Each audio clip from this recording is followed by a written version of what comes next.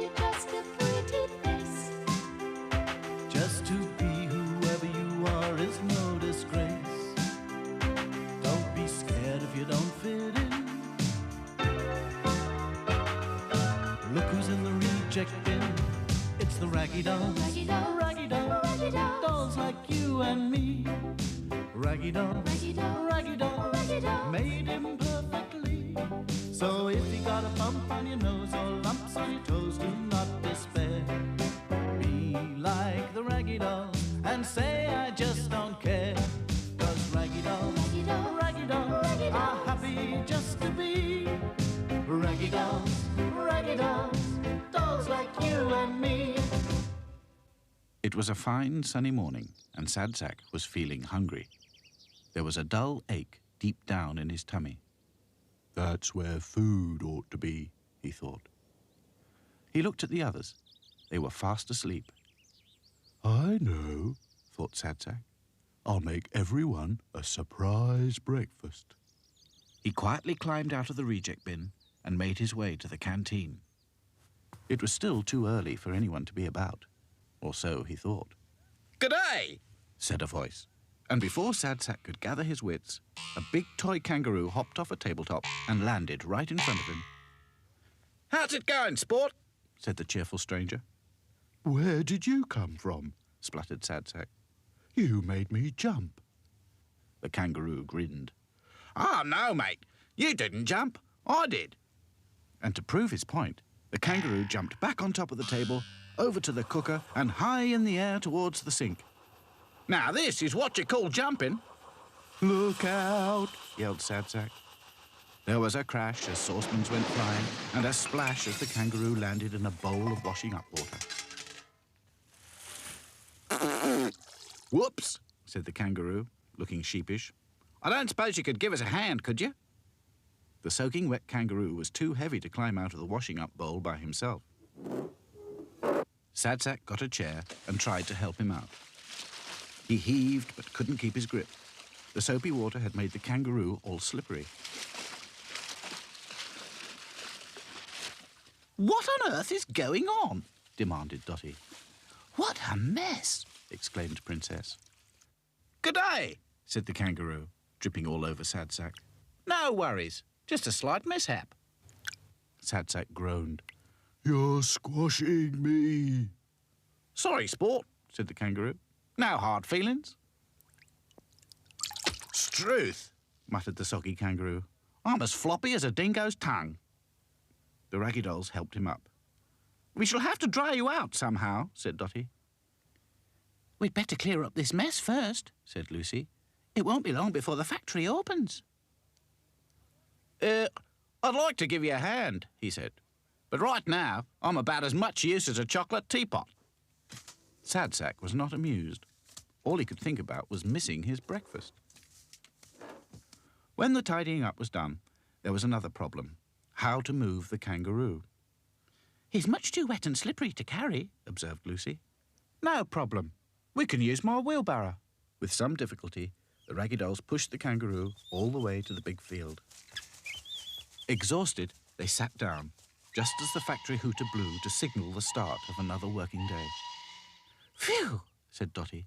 "Just in time." The kangaroo put a wet arm around Sad Sack's neck. "Cheers, Cobber," he said. "You and your pals are real sports, no mistake. Rupert's the name, Rupert the Roo, all the way from down under." Qu'est-ce que c'est this down under?" asked Claude. "I'm from Sydney," said Rupert. "You must have heard of Sydney." "Who's Sydney?" asked Sad Sack. "It's a place, silly," said Princess. "Sydney, Australia." The kangaroo explained that he was a mascot for an Australian airline. The airline had placed a big order with Grime Soft Toys to supply lots of souvenir kangaroos for their gift shop at London Airport. Rupert had been sent as an example for the factory to copy. "That means Mr. Grimes will be looking for you," warned Back to Front. "Ah, let him look," said the kangaroo. "I've been cooped up in a parcel for 2 weeks. I need to go jump about." "Well, you won't be jumping for a while yet," said Dotty. "It'll take ages for your stuffing to dry out." Meanwhile, up in the office, Mr. Grimes was searching his desk. Now, where in the world has that kangaroo gone? He thought. Just then, Florrie Fosdyke, the absent-minded canteen lady, came in with his morning cup of coffee. Ah, Florrie, he said. Have you seen a kangaroo? I've seen a picture of one, she said. And I've seen them on the telly. Funny-looking things, I must say. No, said Mr. Grimes. Not a real one, a toy one. I'm sure I left it on my desk. Is it important? Asked Florrie. Very, said Mr. Grimes. I need it for that big airport order. Maybe the foreman's got it, suggested Florrie. Ah, yes. We'd better check, though. Ask him to come and see me right away, will you, Florrie? Florrie hurried off to find the foreman, taking Mr. Grimes' cup of coffee with her. Mr. Grimes searched his desk again. Now, where's my cup of coffee? He thought. I was sure it was on my desk. Outside, the sky had become more and more overcast, and now the sun had disappeared behind a big cloud. The kangaroo sneezed. Struth, what's happened to the sun? How am I supposed to get dry now?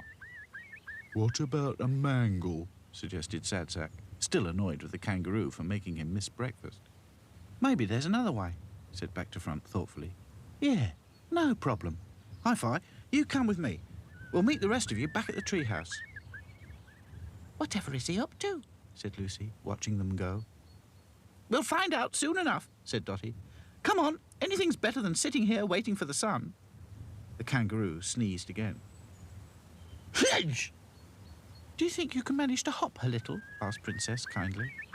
You bet, said the kangaroo. No worries. Dotty and Lucy each held a paw as the wet kangaroo hopped and squelched his way over towards the treehouse. When at last they got there, Hi-Fi and Back to Front were waiting for them, with a long piece of rope and a short wooden plank. Right, said Back to Front. This is what we do.